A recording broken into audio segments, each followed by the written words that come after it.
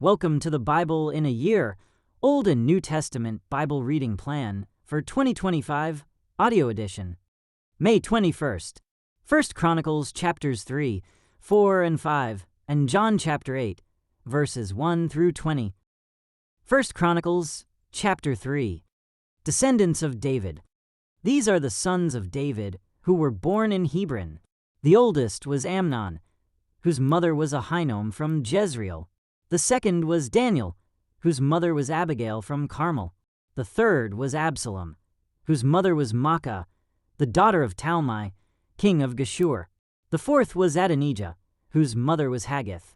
The fifth was Shephatiah, whose mother was Abital. The sixth was Ithream, whose mother was Eglah, David's wife. These 6 sons were born to David in Hebron, where he reigned 7.5 years. Then David reigned another 33 years in Jerusalem. The sons born to David in Jerusalem included Shammua, Shobab, Nathan, and Solomon. Their mother was Bathsheba, the daughter of Amiel. David also had 9 other sons: Ibhar, Elishua, Elplet, Noga, Nepheg, Japhia, Elishama, Eliada, and Eliphalet. These were the sons of David, not including his sons born to his concubines. Their sister was named Tamar. Descendants of Solomon.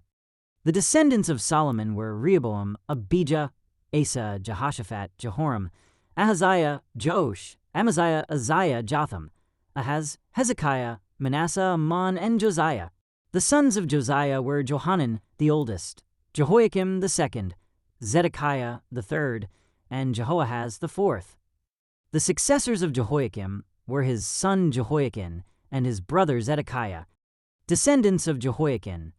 The sons of Jehoiachin, who was taken prisoner by the Babylonians, were Shealtiel, Malchiram, Pedaiah, Shenazar, Jechemiah, Hoshama, and Nedabiah. The sons of Pedaiah were Zerubbabel and Shimi.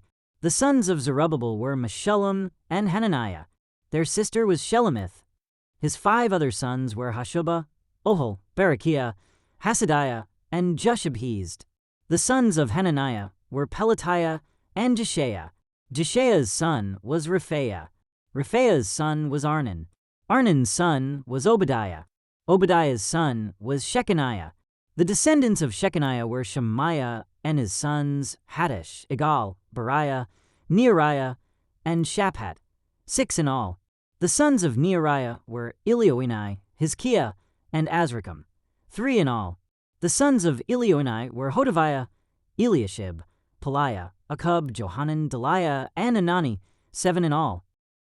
1 Chronicles chapter 4. Other descendants of Judah. The descendants of Judah were Perez, Hezron, Carmi, Hur, and Shobal.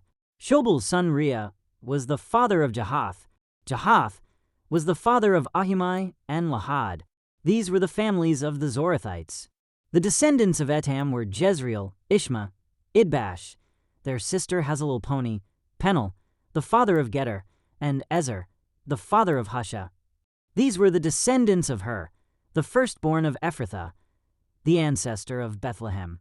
Ashur, the father of Tekoa, had 2 wives, named Helah and Nerah. Nerah gave birth to Ahuzam, Hefer, Temeni, and Hahashtari. Helah gave birth to Zerith, Izar, Ethnin, and Kaz, who became the ancestor of Anub, Zobeba, and all the families of Aharhel son of Haram. There was a man named Jabez, who was more honorable than any of his brothers. His mother named him Jabez because his birth had been so painful. He was the one who prayed to the God of Israel, "Oh, that you would bless me and expand my territory. Please be with me in all that I do, and keep me from all trouble and pain." And God granted him his request. Caleb, the brother of Shuha, was the father of Mehir. Mehir was the father of Eshton. Eshton was the father of Bethrapha, Paseah, and Tehinnah. Tehinnah was the father of Iarnash. These were the descendants of Rechah. The sons of Kenas were Othniel and Sariah. Othniel's sons were Hathath and Meonothai. Meonothai was the father of Ophrah. Sariah was the father of Joab, the founder of the Valley of Craftsmen, so called because they were craftsmen. The sons of Caleb son of Jephunneh were Hu, Elah, and Nam. The son of Elah was Kenas. The sons of Jehalelel were Ziph, Ziphah, Tiriah, and Asarel. The sons of Ezra were Jether, Meerd, Epher, and Jalen. One of Meerd's wives became the mother of Miriam, Shammai, and Ishbah, the father of Eshtemoa. He married a woman from Judah, who became the mother of Jared, the father of Geter, Heber, the father of Soko, and Jekuthiel, the father of Zanoah. Meerd also married Bithiah, a daughter of Pharaoh, and she bore him children. Hodiah's wife was the sister of Nahum. One of her sons was the father of Keilah the Garmite, and another was the father of Eshtemoa the Maacathite. The sons of Shimon were Amnon, Rinnah, Benanon, and Tilon. The descendants of Ishi were Zoheth and Ben-Zoheth. Descendants of Judah's son Shelah. Shelah was one of Judah's sons. The descendants of Shelah were Er, the father of Leka, Lada, the father of Mershah, the families of linen workers at Bethashbe, Jocham, the men of Kozeba, and Josh and Seraph, who ruled over Moab and Jeshubileam. These names all come from ancient records. They were the pottery makers who lived in Netaim and Gedera. They lived there and worked for the king. Descendants of Simeon. The sons of Simeon were Jemuel, Jamin, Jerib, Zohar, and Shaul. The descendants of Shaul were Shallum, Mibsam, and Mishma. The descendants of Mishma were Hamuel, Zachar, and Shimi. Shimi had 16 sons and 6 daughters, but none of his brothers had large families. So Simeon's tribe never grew as large as the tribe of Judah. They lived in Beersheba, Malada, Hazar-Shual, Bilhah, Ezem, Tolad, Bethuel, Hormah, Ziklag, Beth-Markaboth, Hazar-Susim, Beth-Biri, and Shuraim. These towns were under their control until the time of King David. Their descendants also lived in Etam, Ain, Rimmon, Token, and Ashan, 5 towns and their surrounding villages as far away as Baalath. This was their territory, and these names are listed in their genealogical records. Other descendants of Simeon included Meshabab, Jamelech, Joshua son of Amaziah, Joel, Jehu son of Joshabiah, son of Sariah, son of Aziel, Elioenai, Jacobah, Jeshohaiah, Asaiah, Adiel, Jezemiel, Benaiah, and Ziza son of Shurphai, son of Alon, son of Jediah, son of Shimri, son of Shemaiah. These were the names of some of the leaders of Simeon's wealthy clans. Their families grew, and they traveled to the region of Gerar in the east part of the valley, seeking pasture land for their flocks. They found lush pastures there, and the land was spacious, quiet, and peaceful. Some of Ham's descendants had been living in that region. But during the reign of King Hezekiah of Judah, these leaders of Simeon invaded the region and completely destroyed the homes of the descendants of Ham and of the Meunites. No trace of them remains today. They killed everyone who lived there and took the land for themselves because they wanted its good pasture land for their flocks. 500 of these invaders from the tribe of Simeon went to Mount Seir, led by Pelatiah, Neariah, Rephaiah, and Uzziel, all sons of Ishi. They destroyed the few Amalekites who had survived, and they have lived there ever since. 1 Chronicles chapter 5. Descendants of Reuben. 5. The oldest son of Israel was Reuben, but since he dishonored his father by sleeping with one of his father's concubines, his birthright was given to the sons of his brother Joseph. For this reason, Reuben is not listed in the genealogical records as the firstborn son. The descendants of Judah became the most powerful tribe and provided a ruler for the nation, but the birthright belonged to Joseph. The sons of Reuben, the oldest son of Israel, were Hanok, Palu, Hezron, and Carmi. The descendants of Joel were Shemaiah, Gog, Shimi, Micah, Reah, Baal, and Bera. Bera was the leader of the Reubenites when they were taken into captivity by King Tiglath-Pileser of Assyria. Bera's relatives are listed in their genealogical records by their clans. Jeiel, the leader, Zechariah, and Bela, son of Azaz, son of Shema, son of Joel. The Reubenites lived in the area that stretches from Aroer to Nebo and Baalmeon. And since they had so many livestock in the land of Gilead, they spread east toward the edge of the desert that stretches to the Euphrates River. During the reign of Saul, the Reubenites defeated the Hagrites in battle. Then they moved into the Hagrite settlements all along the eastern edge of Gilead. Descendants of Gad. Next to the Reubenites, the descendants of Gad lived in the land of Bashan as far east as Salekah. Joel was the leader in the land of Bashan, and Shopham was second in command, followed by Janai and Shaphat.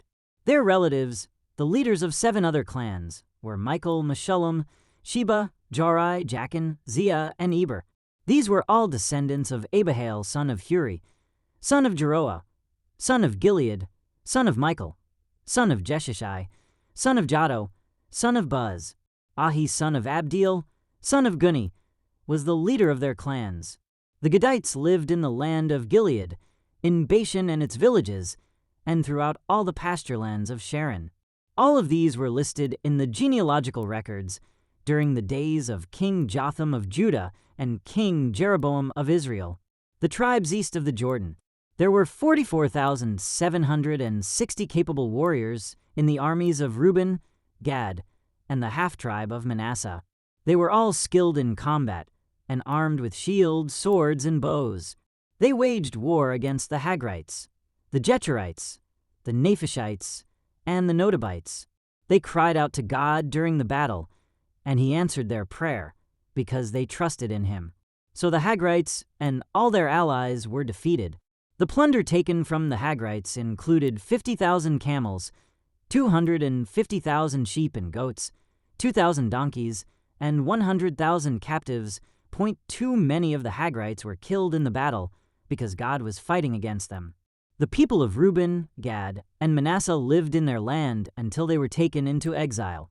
The half-tribe of Manasseh was very large and spread through the land from Bashan to Baal-Hermon, Sinir, and Mount Hermon. These were the leaders of their clans: Epher, Ishi, Eliel, Azriel, Jeremiah, Hodaviah, and Jadiel. These men had a great reputation as mighty warriors and leaders of their clans, but these tribes were unfaithful to the God of their ancestors. They worshipped the gods of the nations that God had destroyed. So the God of Israel caused King Pul of Assyria, also known as Tiglath-Pileser, to invade the land and take away the people of Reuben, Gad, and the half-tribe of Manasseh as captives. The Assyrians exiled them to Hala, Habor, Hara, and the Gozan River, where they remain to this day. John 8 verses 1 through 20. A woman caught in adultery. Jesus returned to the Mount of Olives, but early the next morning he was back again at the temple. A crowd soon gathered, and he sat down and taught them. As he was speaking, the teachers of religious law and the Pharisees brought a woman who had been caught in the act of adultery. They put her in front of the crowd. "Teacher," they said to Jesus, "this woman was caught in the act of adultery. The law of Moses says to stone her. What do you say?" They were trying to trap him into saying something they could use against him. But Jesus stooped down and wrote in the dust with his finger. They kept demanding an answer. So he stood up again and said, "All right, but let the one who has never sinned throw the first stone." Then he stooped down again and wrote in the dust. When the accusers heard this, they slipped away one by one, beginning with the oldest, until only Jesus was left in the middle of the crowd with the woman. Then Jesus stood up again and said to the woman, "Where are your accusers? Didn't even one of them condemn you?" "No, Lord," she said. And Jesus said, "Neither do I. Go and sin no more." Jesus, the light of the world.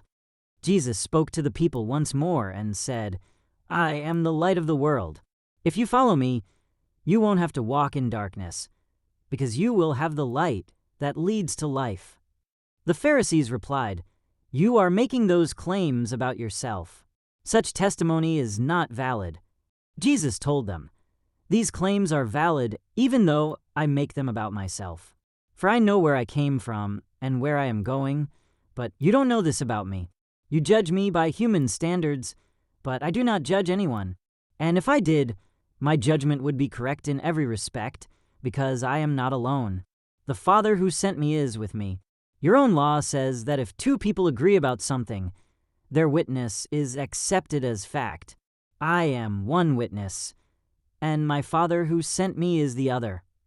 "Where is your father?" they asked. Jesus answered, "Since you don't know who I am, you don't know who my Father is.